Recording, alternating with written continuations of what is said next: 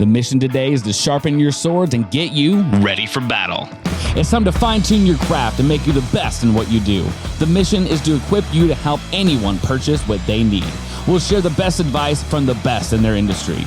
You'll be listening to a conversation you wish you had with the mentors you wish you had. Take what makes sense to you and makes you better in your career. You guys, Bruce Lee said it best. Absorb what is useful and discard what is not. Hey, welcome to the Commission Mission, y'all. My name is Erik Gerace.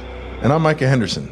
And I love the episodes that it's just Erik and I hanging out, a little less formal, a little more relaxed. I don't have to do homework to hang out with you and talk shop.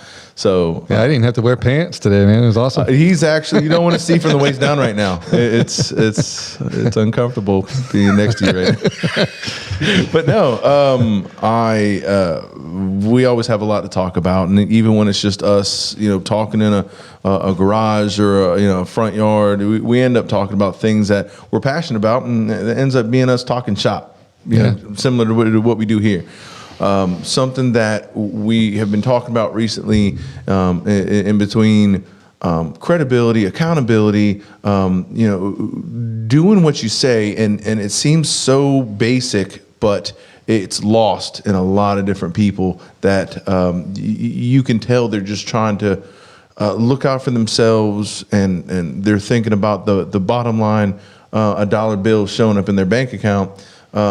When what they aren't doing is thinking about the client's best interest. What they're not doing is thinking about the repercussions of not doing a thorough job. What they're not doing is thinking about the negative stigma that all salesmen or salespeople, saleswomen, I don't know how to be politically correct, get, and the reason why that negative, people have a negative outlook about salespeople is because of salespeople that have had that sort of outlook. But it's at least in our own little world, how we can fix that with our clients is doing what's right. Just work hard and do what's right by somebody. Just do what you say. Show up when you're supposed to show up. This seems so basic to go back to being a kid. Hey, golden rule, but it is sort of like that. How would you want somebody to interact with you? How would you want somebody to sell something to your mom? Right? Well, it's the foundation of your business. It's like, you talk about, it's in sports, people always say you got to practice the fundamentals. Even pro athletes go back and practice fundamentals because it should be something that you don't think about, that it just happens. Mm-hmm. And in order to do that, if you're out of integrity a lot of times or falling short of that, or commission breath, chasing dollars a lot, and now you're trying to make a change, then it takes practice. It takes, repeated behavior. I heard somewhere, I think it takes 22 days to form a habit or something like that. Speaking of which, 2/22/22 today, on Tuesday, 2/22/22. Let's get some tacos. Yeah, this is an awesome episode. Let's get some tacos. Is that that's where you're going with that? Yeah, well, I was actually going with numerology and the abundance is what twos are a great opportunity for abundance. So should be an awesome episode to help you in your abundance and your integrity and your accountability. But the foundation of that. But the foundation is being in integrity. And I know I've had examples when I've been out of integrity, and I've also had examples when I've restored my integrity. And I think actually restoring your integrity is a really powerful experience. If you have yet to do that, if you're the kind of person that messes up and hides the thing, it was like my son, right? He broke something, and instead of coming to us and saying, "Hey, I broke this," he just hid it away, kind of looking like it was together in a little spot, right? But he could have got it fixed, repaired, and done, and had to use it the whole time. Instead, he hid it because of he was out of integrity and didn't want to be in trouble with us. Or barely prop it up so the next person who walks by knocks it down, and you just can't believe they just can't believe that they just knocked that down and broke it. But like restoring that integrity is super powerful. And like there's been times where in real estate or in sales where I've missed deadlines. I got overwhelmed. I wasn't able to complete the task on time. And at first I would try, my very first experience with that, I tried to not let anybody else notice. Right? Like maybe we just don't talk about that thing and it will come away. But the whole entire time that I was hoping someone wouldn't talk about it, I was thinking about it. I was worried about it. It was creating worry and stress in my life for no reason, because all I had to do to restore my integrity was to go to the person that I made that commitment to and say, hey, there's been a change. This has come up. I know I committed to this deadline. Unfortunately, I'm not going to be able to make it. What can I do to make it better? How can we move forward? And allowing that person to give you an opportunity to restore your integrity too, I think is a powerful experience for them. And a lot of people don't do that. A lot of people take the easy route. Yes, hide. Well, and whether it's the easy route or for me, that what puts me in this situation a lot is time. I don't have a whole lot of it. And so if something's going to take a whole bunch of time to do something the right way, that's when I question, man, I'd really like to cut this corner. I know what this person's going to say, but you still have to go and say it. You still have to get the authorization. You can't make assumptions, even though time and time again, the results have been the same. You still have to do the legwork. You have to do the hard work. You have to take the time. And when I'm trying to get a bunch of stuff done in a very short time, I start thinking about corners I can cut. But see, that's another thing about integrity too, is a lot of people need to practice saying no. Like you and I had a conversation about the other day. Management. We had a previous guest, amazing guest that came on the show. He had this awesome program where they're mentoring men and building on 4 pillars, and they had a accountability course that they were offering. And he reached out to me after the show and invited me to be on there, and I was thrilled that he asked me, one, and then, but two, a few days before the show, I committed to another mentoring program, accountability coaching. It's called Extreme Accountability, and it was through work. It was for some top producers, so I was excited about doing that. So to stand in integrity, I had to tell our guest, I'm sorry, let me check and see what the commitment's going to be like with this first group before I can give you a yes. And now that I found that out, I'm actually going to have to call him and say, hey, I'm not going to be able to do it. But he's not going to be upset with me. He's going to appreciate the fact that I took time, and I could say yes to both, and it would create a miserable experience for me. I'm not going to get, I feel I would not get the optimum input into both programs. Therefore, getting the output I wanted would not come, right? If I'm not putting into you'd it. You'd be lacking in both of them a little bit. Because especially in a program like that, you get in, you get out what you put into it. And so I felt like I would be splitting my resources up too thin in order to do both. So time is a resource. Yep. And so and now I know with you work, you've got 4 kids, you're running an insurance business, you just are pursuing getting your financial planning, and also to pursuing becoming a mortgage loan originator. So having all those frying pans in the fire, I'm sure there's times when you have to say no. Yes, to sleep.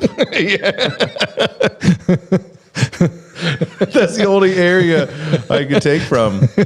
I just sleep standing up with audiobooks playing. I just prop myself up in the corner, lock my knees, and just start playing the audiobook. So let me ask you, Micah, has there been times when you've needed to restore integrity, and what did you do to, like, what caused you to be out of integrity, and what did you do to restore it? Or if not, if you haven't done that, that would be awesome too, to share that as well. Like, I was out of integrity and I didn't do anything about it.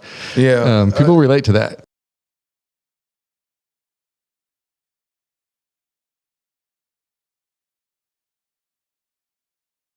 So what I find myself regretting a lot, and it goes back to the time thing, is in what I do when it comes to someone's finances and their insurances. It's very important. You don't want to mess somebody up, and it could cause catastrophic consequences if you do.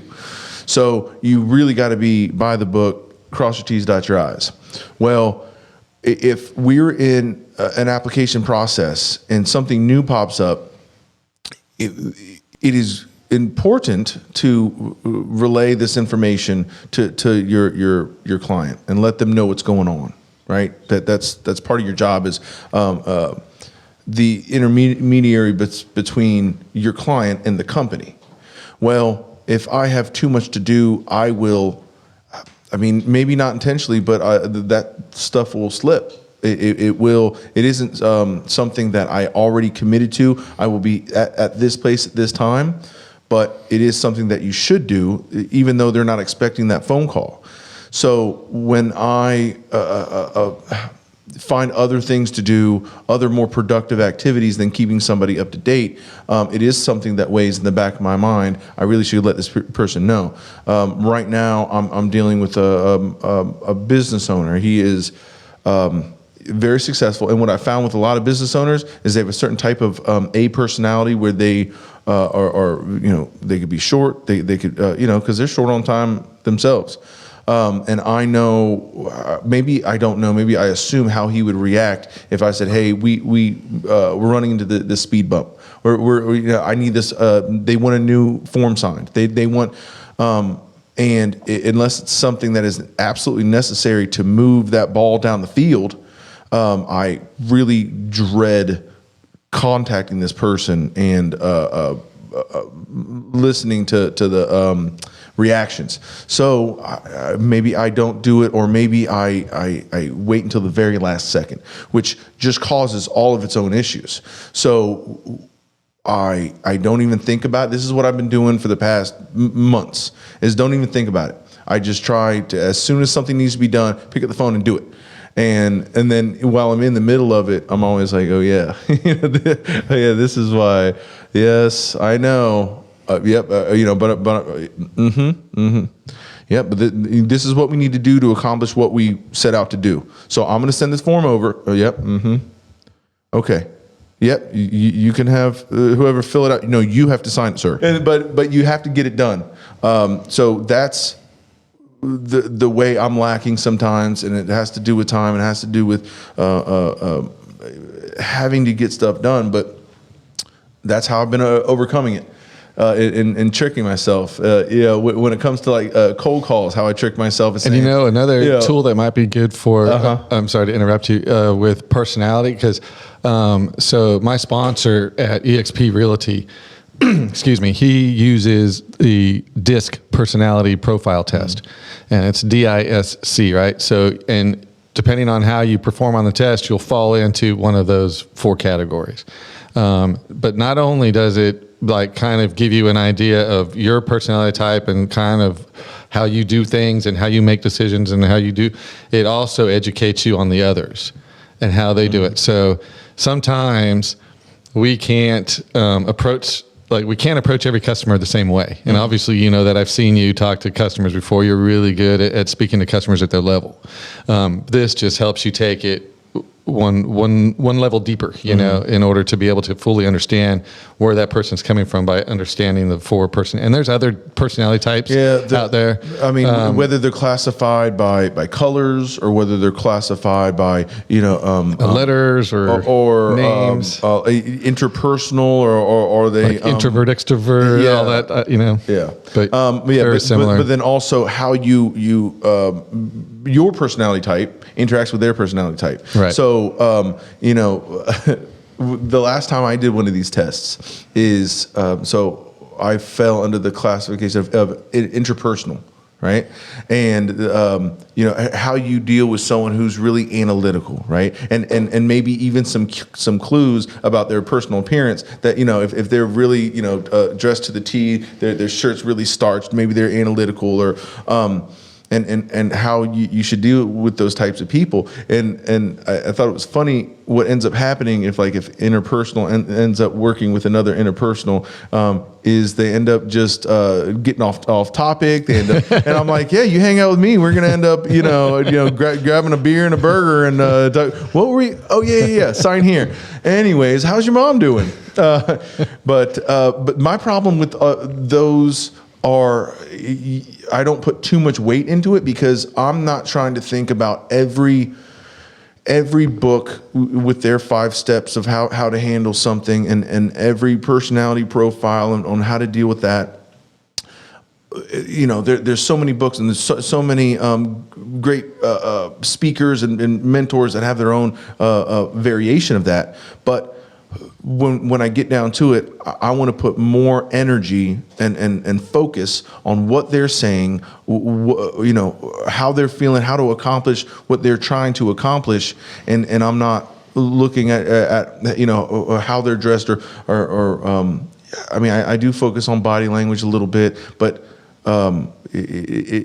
that's what makes it somewhere in between a science and an art. Yeah, we'll see, exactly, and that's like in real estate. You, as a realtor, you deal with all types of different buyers, all types of different sellers. And so you completely have to adapt to their style and how they do things in order for them to build that relationship and start to trust you. Mm-hmm. If you completely impose now, there's a little kind of like trade-off between coming from a place of authority and being the expert, and imposing your will and your way on people. It's a fine fuzzy line. It is a fine fuzzy line. But by taking clues and hints from your client's personality type, when you ask them a question, do they give you a really short answer, or do they go into this flowering, full detail of everything that happened up until the point that you're trying to get your answer from them, and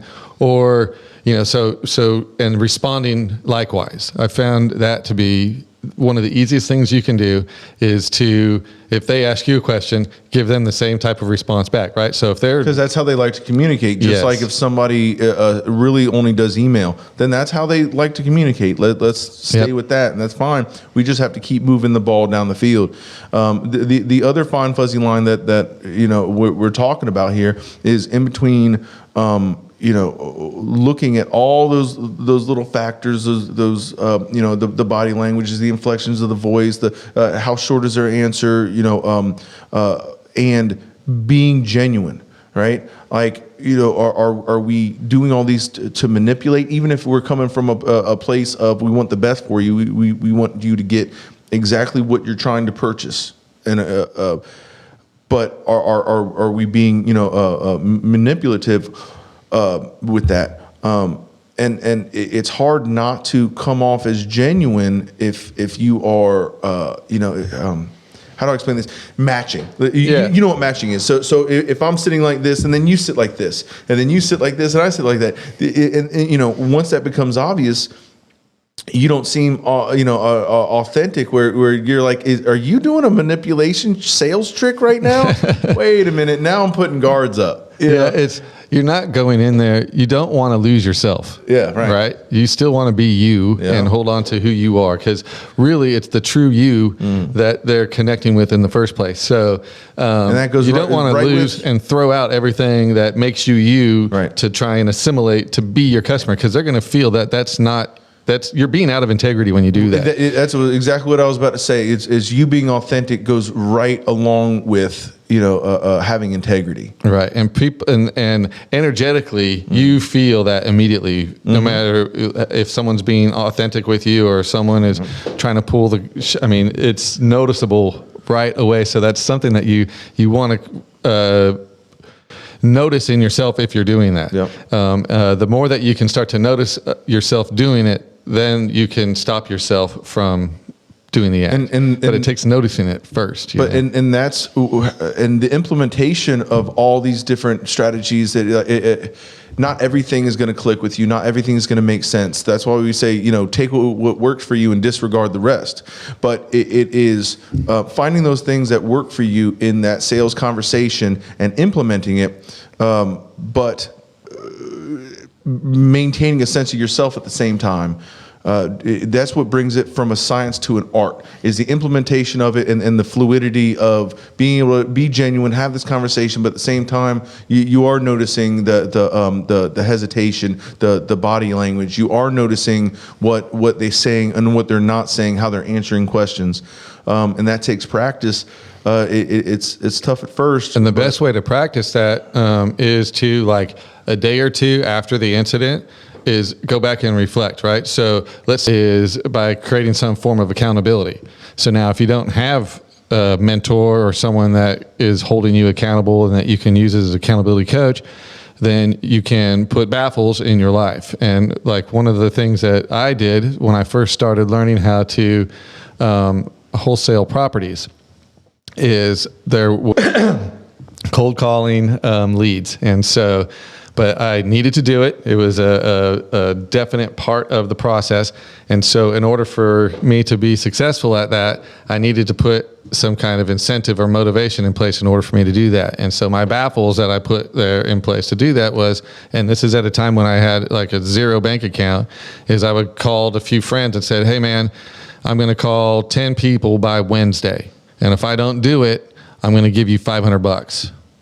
And they would be like, whoa, 500, yeah. I was like, so call me on Wednesday and see if I've made Is there a system where they can track you, or it is just the honor system? Well, yeah, it's just pretty much the honor system. I'm gonna know. They're gonna know, like, you know, that if I did it or not. Give me your phone, unlock it, hand it over. And so, but I'm not a really good liar like that. Like if I knew I told somebody that and they called me, I would stammer and try and find, so they would know right away, even if I didn't tell them the truth. But I would tell them the truth. But what that was, more importantly, what it did for me is I wasn't going to ever let them call me and have to owe them $500 and put myself in a position where I would have to lie. And so I made those 10 phone calls. And so I would do that with a few people, you know, and hey, I'm going to pay you $200 if I don't do this. I want to give you my perspective on accountability. That's a little bit different than from yours, but I just want to finish my perspective and my motivation when it comes to cold calling. We'll take a poll at the end and see whose perspective is better. Sure. Well, I mean, they kind of go with each other. I mean, it's not like they're at exact odds, but when it comes to cold calling, my perspective, my motivation is I don't look at it as this thing where I'm going to, you know, get shot down 20 times to get that one yes. I get, you know, who knows what's going to happen with this phone call? Am I going to, meet new people and try to help them? Yeah, I am. And there's a good chance that this is going to lead to me getting money in my pocket? Yeah, it is. This is a fun thing. Let's do this. Who do I get to call today? That works until the first no for me. Yeah. No. and then I need some. No. For next, me. then you get really acquainted with the word next, that that stranger who I'll never meet again, who is having a bad day. And what I found is most people are cool. Most people are nice. Most people are good people. Very seldom do I come across someone that is awful. And even then I give them the benefit of the doubt and maybe they're just having a bad day. But most people are cool. No, thank you. I already got that taken care of. Okay. You know what I mean? Or, you try to talk about that objection. When was the last time you addressed this? It would help to have a second set of eyes. It doesn't cost a dime just to have this conversation. I might have an access to different resources than your current person does. And once I found 3 objections is normally when we start getting real. But even if I get past 5 objections and they're still dead set, no thank you, I got to go now. Okay, bye. Next. And just keep on moving on. And so that's my perspective on that. As far as accountability goes, when I started my own business, I was by myself, really relatively new in an industry. I'd worked, for a couple huge companies for 4 or 5 years, but I was still new. And I started my own company, and I knew what I needed to do. I didn't need a manager to get me out of bed and ask me how many phone calls I made and fill out this report and go to this meeting and But what those meetings was accountability. It just got on my nerves the way he went about it. But anyways, I was in my own little bubble. And I was making business decisions based off of not a lot of experience, and I had no sounding board. I had no one else to talk to besides my I think they called those pep sessions, and they were like the complete opposite of a what they I didn't end up peppy. I know I didn't either. I didn't end up peppy. I ended up, I was like, okay, well, I did what I was supposed to do. I figured out how to game the pep session is basically what it was. It didn't really help me anymore. It wasn't something, it was more of a, it felt to me like it was more like they would give you a set of things to do, and then here's the punishment that's going to come for you if you don't do them. My problem with working for big corporations and having those quote unquote accountability with your next manager up, one, you can tell he just wanted you to put up numbers on the board so he looks better to his boss than their boss and their shareholders, right? They didn't really care about my interaction with somebody. You talk about integrity, they don't care nothing about it. You force somebody into this decision that may not be right for them or may not be the right time for them because you need to get you got a signature. Exactly. And you got a premium. Get numbers on the board. But my issue with those is my production was right on.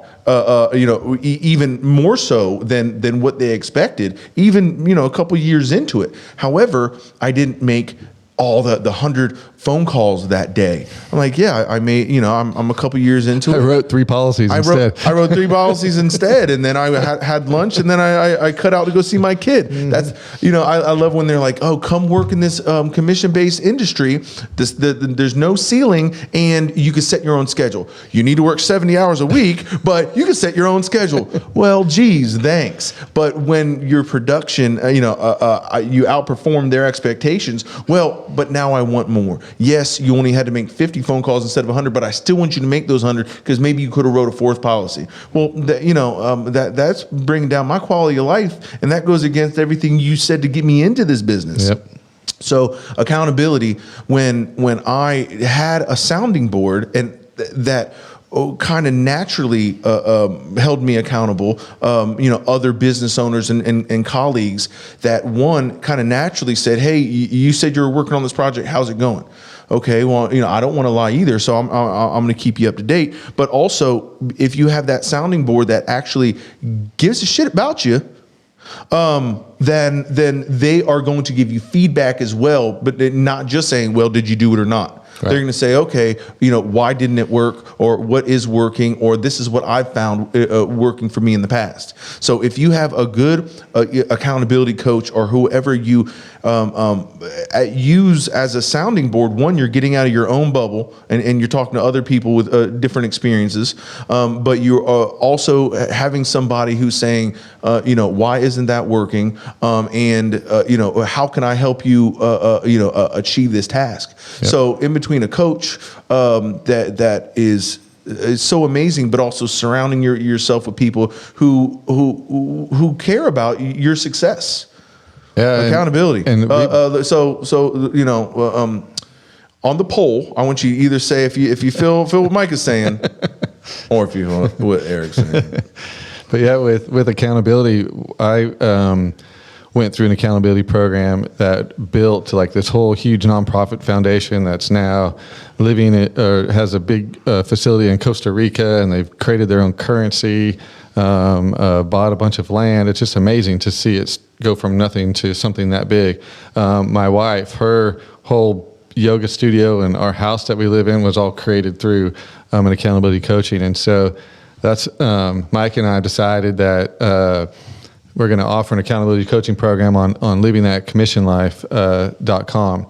And you'll be able to, it'll be a weekly Zoom meeting, and then we'll partner you up with the people in the group, and we'll change partners every so often too. So it'll give you an opportunity to work with different people. But basically, it'll be a 2-hour goal setting workshop. Will be the first thing, and then you'll set goals, and then we'll help you whittle that down to one goal that you want to work on, and then we'll chunk that goal down into 15 steps.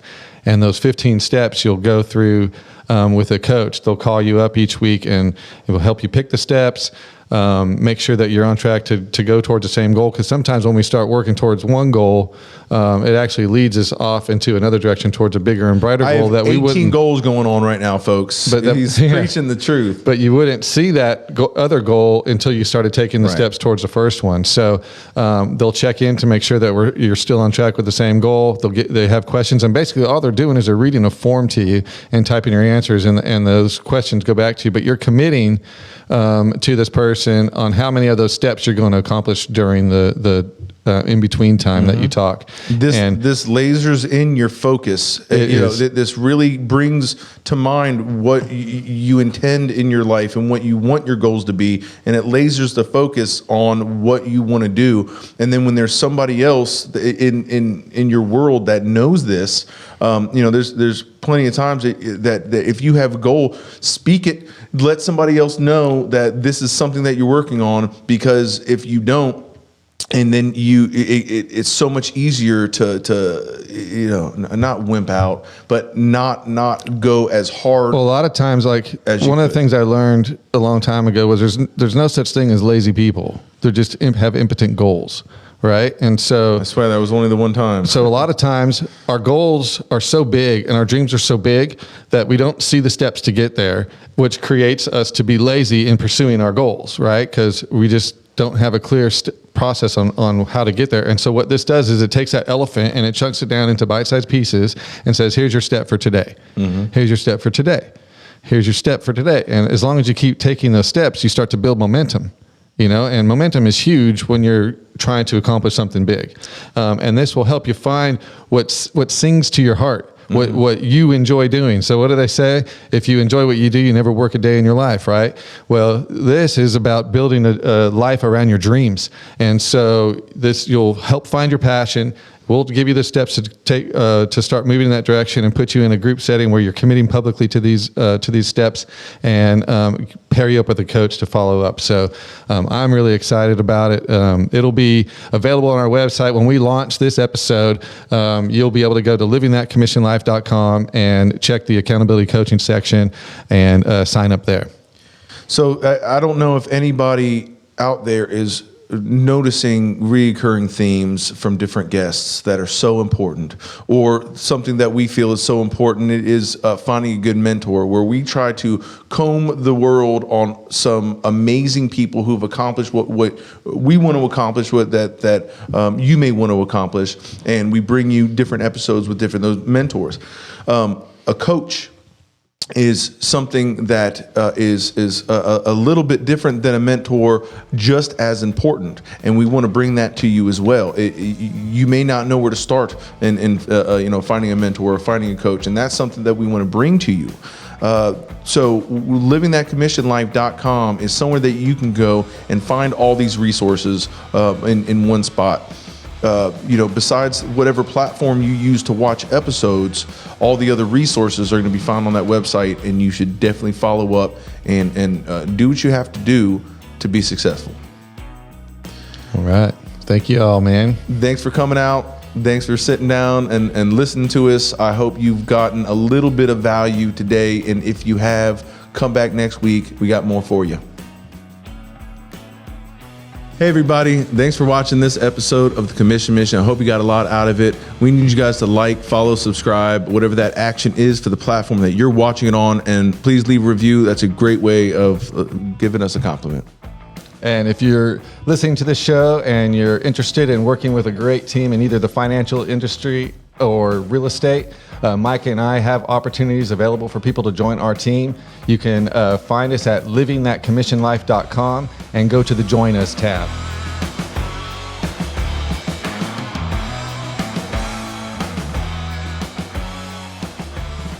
Highland Finance, helping you prepare for life. The profit your business brings in should go to you, not accidents, injuries, and hurricanes.